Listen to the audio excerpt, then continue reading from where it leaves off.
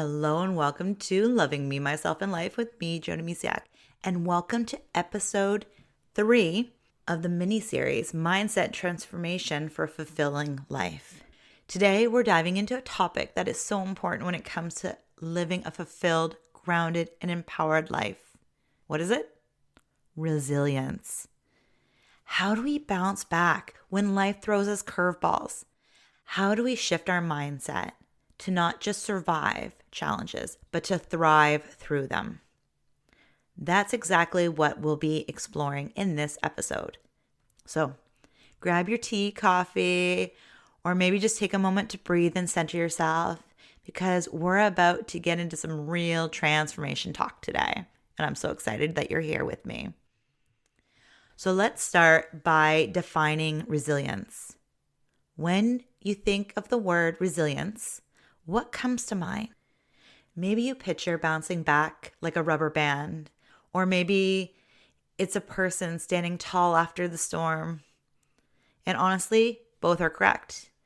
Resilience is the ability to adapt and recover in the face of adversity, trauma, or setbacks. But here's the thing. It's more than just surviving the hard times. Resilience is also thriving because of those challenges.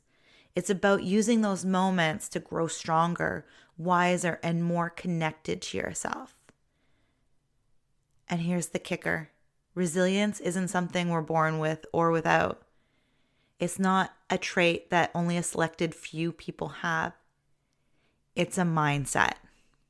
And like any mindset, it can be nurtured and strengthened over time. Now, let's connect resilience to something we talk about a lot on this podcast: self-love. When we practice self-love and take care of our mental well-being, we create a strong foundation for resilience. Self-love reminds us that we're worthy of healing, growth, and thriving no matter what life throws our way. Resilience and self-love go hand in hand.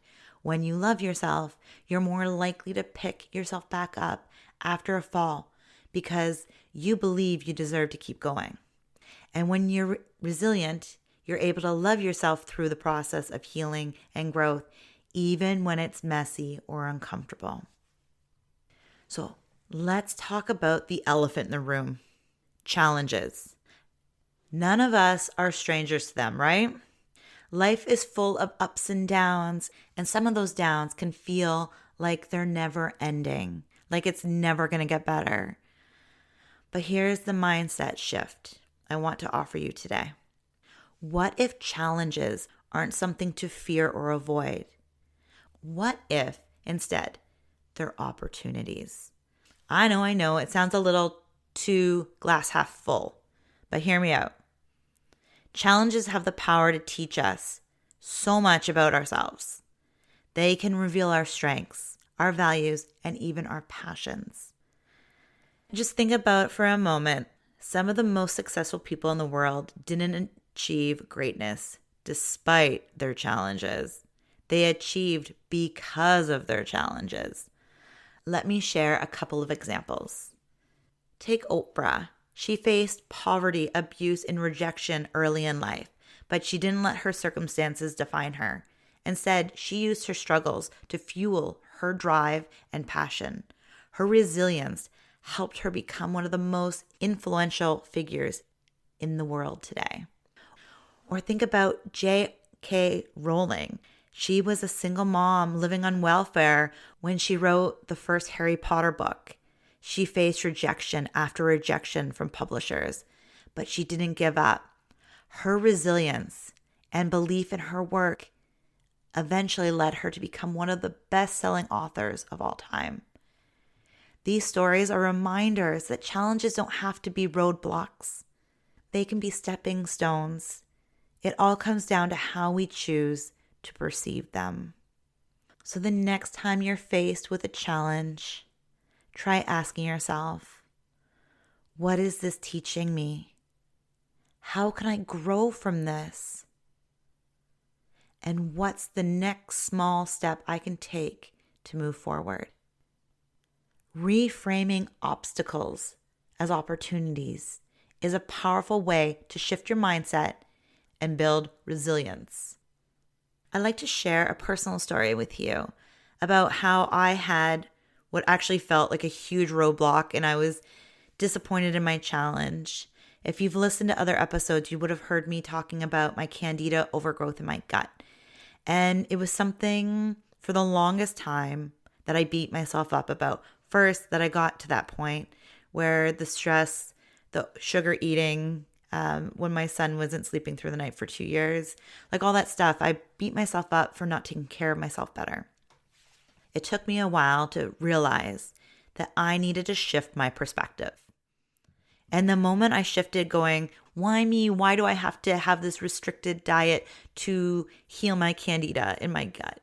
And, I was in the why me. It's like, why is this happening to me and things? The moment I shifted my perspective, instead of feeling like a victim in all of it, I got to really be like, I get to take care of myself. I got to learn about my body in a deeper, more beautiful way. And now to this day, like I'm still on a healing journey of it. However, my perspective on sugar and taking care of my body and why this is happening to me is such a more beautiful, beautiful perspective. And I really look forward to sharing my own journey about this someday, maybe in a book or in who knows what. But I feel like it was where I needed to be, that this journey that I've been on was meant for a reason. And it could be even as simple as remembering that food is fuel and taking care of my body is so important. And it was just a beautiful thing to learn. So you're not alone if you are, feeling challenged or that struggles are hard. And if you're thinking, why me? Why does this have to happen to me? I've been there and it happens. The most important step is realizing that that's where you're at and then be like, how can I change this perspective? So let's talk about how can we change our perspective on challenges. Let's get into the practical side of things. How do we actually create resilience in our daily lives? The busy lives of to-dos and all our obligations and everything. How do we do that? Well, I've got 3 tools for you that I personally love and use. Because like I said, I too have to do a mental shift around challenges. There's a reason they call them challenges, because they can be challenging, but then it's reframing it to an opportunity. Okay, the first tool is gratitude.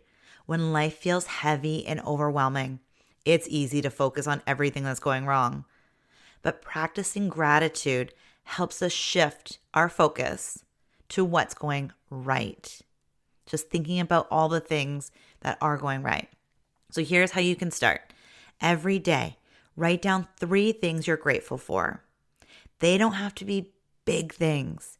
It could be as simple as a warm cup of coffee in the morning, a kind word from a friend, or even just the fact that the sun is shining. When I first started my gratitude practice, and I literally felt it would have been a rock bottom, one of my rock bottoms. It was really when my self-love journey began. Because I wouldn't call it rock bottom anymore. It was opportunity, right? Anyways, but it was that moment, that pivotal moment that changed everything. And when I started that, I would be staring at the mirror when I was brushing my teeth and I would just go over things I was grateful for. It was that I could see, that I have 2 hands, that I have 2 legs.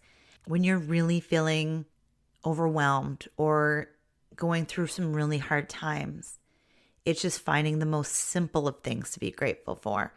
Like I said, it does not have to be big. It could be very simple. And when we focus on what we're grateful for, we remind ourselves that even in the midst of challenges, there's still good in our lives. And that realization can be incredibly empowering and can really shift your energy and your perspective. Okay, and the second tool is visualization. When you're going through a tough time, it can be hard to see a way out, but visualization can help us imagine a positive outcome which can create a sense of hope and motivation. Okay, if you're not driving, come try this with me. If you're driving, come back to this later. Close your eyes and take a deep breath in and let it all out. Now picture yourself overcoming the challenge you're facing. Imagine yourself feeling strong, confident, and at peace. What does that look like? What does it feel like? Now slowly open your eyes. How did that feel? What came up for you? The more you visualize a positive outcome, the more you train your mind to believe that it's possible. And that belief is a key part of resilience. Okay, and finally, the third one is self-compassion. This one is huge. When we face setbacks, it is so easy to be hard on ourselves. I can relate because I do it too. We criticize, we judge, and hold ourselves to impossible standards. But resilience requires kindness, especially towards ourselves. So the next time you're struggling, try to talk to yourself like you would a good friend. Instead of saying, I can't believe I messed that up, try saying, it's okay. I'm human, I'm learning, and I'm doing the best I can. Self-compassion isn't about making excuses or avoiding accountability. It's about giving yourself grace and support you need to move forward. All right, let's wrap this up with some actionable takeaways. Here are 2 simple things you can do this week to start building resilience in your life. Number 1, gratitude challenge. Write down 3 things you're grateful for every day for the next week. Notice how it shifts your perspective and mindset. Number 2, reflect and learn. Think about a recent challenge you faced. Take some time to reflect and write down at least one lesson or positive takeaway from the experience. These small actions might seem simple, but they're incredibly powerful when it comes to shifting your mindset and building resilience in your life. Before we go, I would like to leave you with this. Resilience isn't about never falling down. It's going to happen. It's about getting back up every time and growing stronger because of it. You have everything you need within you to face life's challenges and come out on the other side stronger, wiser, and more connected to yourself. If you try the gratitude challenge or reflect on a recent challenge, I'd love to hear about it. Share your gratitude list or stories of resilience on social media using the hashtag #LovingMeResilience. Let's inspire each other and build a community of resilient, self-loving souls. Also, if you'd like to dive deeper into your mindset journey, please check out my course, Flip the Switch on Your Negative Thoughts. It's a 4-part course to really help you reframe your mindset.